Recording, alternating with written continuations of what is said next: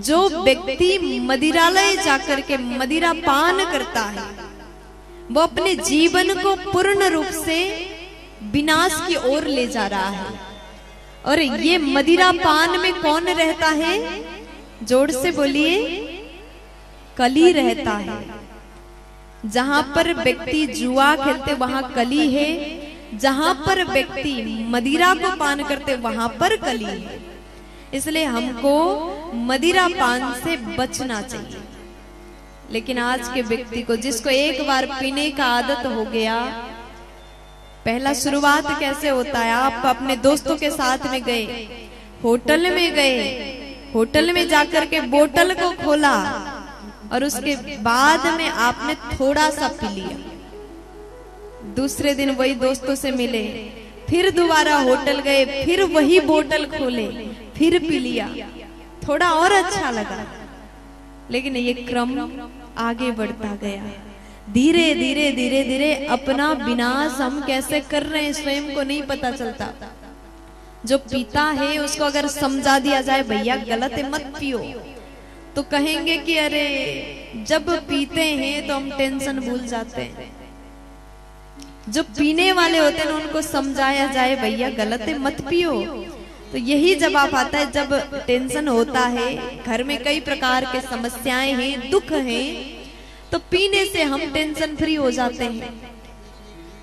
अच्छा आप ये बताइए, चलिए अगर आप नहीं पीते होते तो होंगे तो आप बुरा मत मानिएगा, आपके लिए ये बात नहीं है। लेकिन जो पीते हैं उनके लिए खास करके बात है, क्योंकि ये जो व्यासपीठ है ये उपदेश देने के लिए बनाया गया। और यहाँ बैठ करके सच बोलना हम लोगों का धर्म है।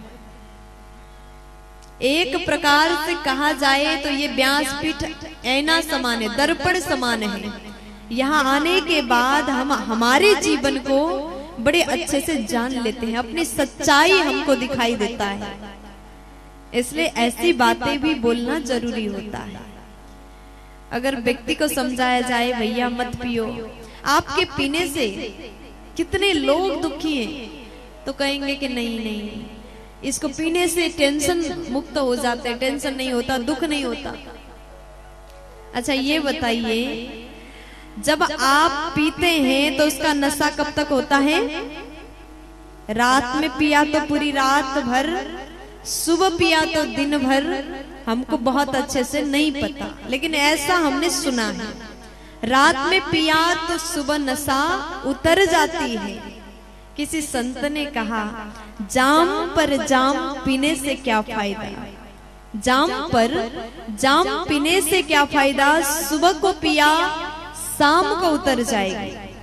पीना है तो हरि नाम का रस पान कर लो, पूरी जिंदगी नशे में गुजर जाएगी।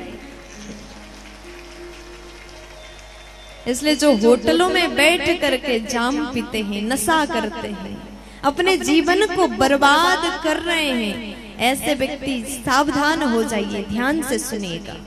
अगर आप मदिरा पान कर रहे हैं तो यहाँ पर एक आपका नुकसान है और आपसे जुड़े हर वो सदस्य का नुकसान है जो आपसे प्रेम करते हैं, आपकी पत्नी, आपके बच्चे।